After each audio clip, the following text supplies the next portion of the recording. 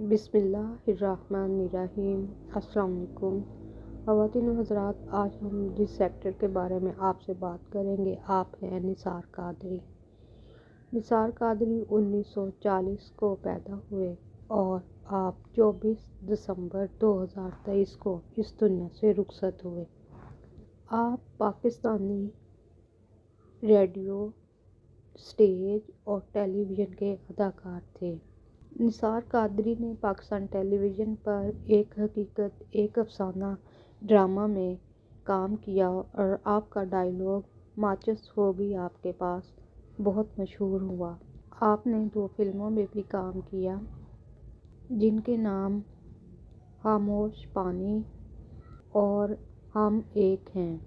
آپ کی خدمات کو سراہتے ہوئے حکومت پاکستان نے آپ کو پرائڈ آف پرفارمر سے بھی نوازا۔